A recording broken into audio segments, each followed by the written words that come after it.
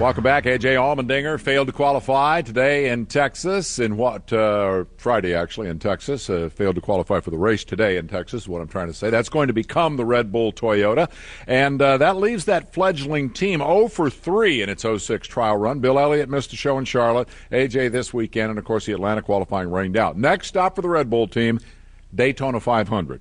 Welcome to the fast lane. But there is more to the Allmendinger story.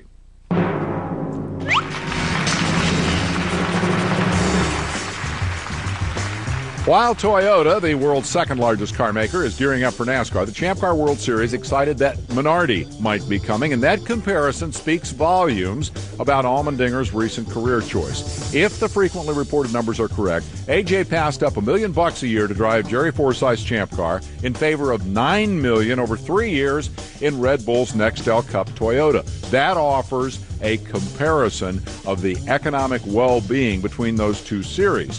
For that choice, Allmendinger, predictably savaged by Champ Car loyalists, called a sellout, a two-faced traitor, and worse. His decision knocked AutoRacing1.com so sideways it concluded that this is actually a pay cut because A.J. must drive 15,000 miles a year in NASCAR and only 3,000 in Champ Car, as if driving race cars were like punching a clock. Note to the editor, racers believe more opportunity to race is a good thing. And to get paid more, to race more, that's as good as it gets. Now let's move on to a fan accusation that deserves some special attention. Allmendinger has sold out his dream. Let's think that through. 3 years ago, A.J. told Wind Tunnel his dream was Formula One. He thought Champ Car was the best way to get there. Perhaps he has since noticed that Perpetual Series champ Sebastian Bourdais can't get a second look from F1, and the traffic between the two series is one way, from there to here.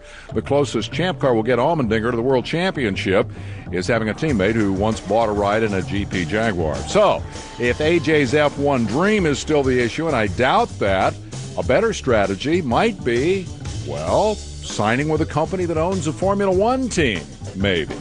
And speaking of dreams, let's consider Sam Hornish, who could easily have jiggered the Penske racing machinery to replace Rusty Wallace when he retired. But Sam's dream was to win the Indy 500. And having done that, he announced his NASCAR plans just 5 months later.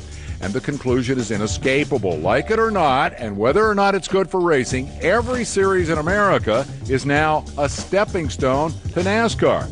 If it suits your agenda, go ahead and make A.J. Allmendinger the scapegoat for that. But keep in mind, you're just shooting the messenger because you think the news is bad.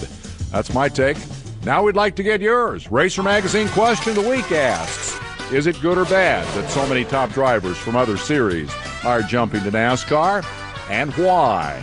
Call or email your opinion, then go to racer.com/speedtv and save yourself a few bucks on your Racer Magazine subscription. And with that, we're going to talk to a guy who has chosen not to jump to NASCAR, though our subject tonight is something a little different from that. Champ Car star Paul Tracy on the phone. PT, thanks for calling. How's the shoulder? Are you going to be able to drive the finale in Mexico next week? Well, I said I wasn't going to jump to NASCAR, but I certainly jumped something this weekend. And so we hear. I kind of wanted to come up with a good excuse. I thought maybe I could say I slipped on a tennis ball and broke my shoulder, but that one was used. And Montoya took that one. I thought maybe I could say I slipped down the stairs carrying some bags, but that one was used. So, and anybody that knows me knows that I don't even play golf. So you guys come up with a conclusion. But in all honesty, I was out, in the desert playing around with an ATV that I have with a couple guys. I have one of these Yamaha Rhinos. It hit something. I came out of the cart, landed on my shoulder, and have a fractured scapula. So that's a lot of this story has gotten blown way out of proportion. And one thing gets said to somebody, and then it gets added and added. So that's really the truth of the matter. So the quote that said that you had too much to drink and went out and got crazy on a golf car, where'd that come from?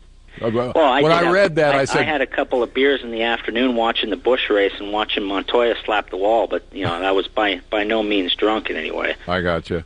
And it was your Rhino. It wasn't a golf cart. No, I don't even own a golf cart. I got one of those ATVs, off-road vehicle. Let me so back to the first question. Is this something that's going to enable you? Are you going to be able to heal up enough to race in Mexico?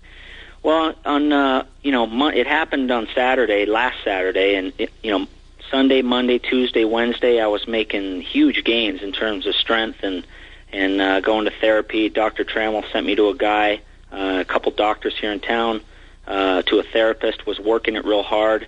And then, Thursday afternoon, it just became really swollen and inflamed. I actually went in today for an MRI, and it looks like I've got some, I've just kind of aggravated it, and I've got some bleeding coming from where the fracture is. So that's really the course of action right now, is to chill out for a few days, but and wait till Monday or Tuesday to make a decision on what, But right now, I couldn't drive a car, but, maybe by the end of the week it could be possible. Real quick on the previous subject, your former protege and teammate Allmendinger has gone to NASCAR. You chose not to. I'd be interested in your take on our question of the week. Is it good or bad that they're sucking so much of the talent out of other series? Well, I don't know if it's for sure NASCAR's not sucking the talent out. It's guys making the decision on what they want to do. And I heard your last comment about Sam. And I think for Sam, he's accomplished everything that he can accomplish in open wheel. He's won the championship 3 times. He's won the Indy 500. Yep. Now, for other guys to say, well, I want to, win a championship first and then do this, I think a lot of guys should just come out and say, hey, I got an opportunity to make a lot of money and pay back my family and make back what my family's put into it, and just be straight up about it, But Yep. For Sam, he's won everything there is to win, and I guess this is the next step. You make a good point. Allmendinger's family sold the house so he could go to Atlantic, so I'm sure he'd like to buy Mom and Dad a house back and make that even. If Toyota offered you $9 million over 3 years to go to Cup, would you have taken it? For sure, but when you're on a similar deal already, you got to look at how much work you got to do. It's a different situation for me. Sure. For a young guy who hasn't been making any money, so to speak, and then you get this a big offer thrown in front of you. It's definitely hard to turn down. But to say, well, I want to go where I'm going to have the best chance of winning, and then you're looking at not qualifying at races. It's hard for the fans to swallow. Yeah. All right, that's where we got to leave it. Thanks for calling in tonight. We appreciate it. Heal up, and we hope you make it to Mexico. All right, thanks, Dave. Thanks, Paul Tracy, ladies and gentlemen. It occurs to me that we might need to add a new category to the Speed Performance Awards. Best ATV aerobatics. We have stuff like Best Finish, Biggest Upset. It's going to be fun. Speed Performance Awards coming in February, and we're coming right back.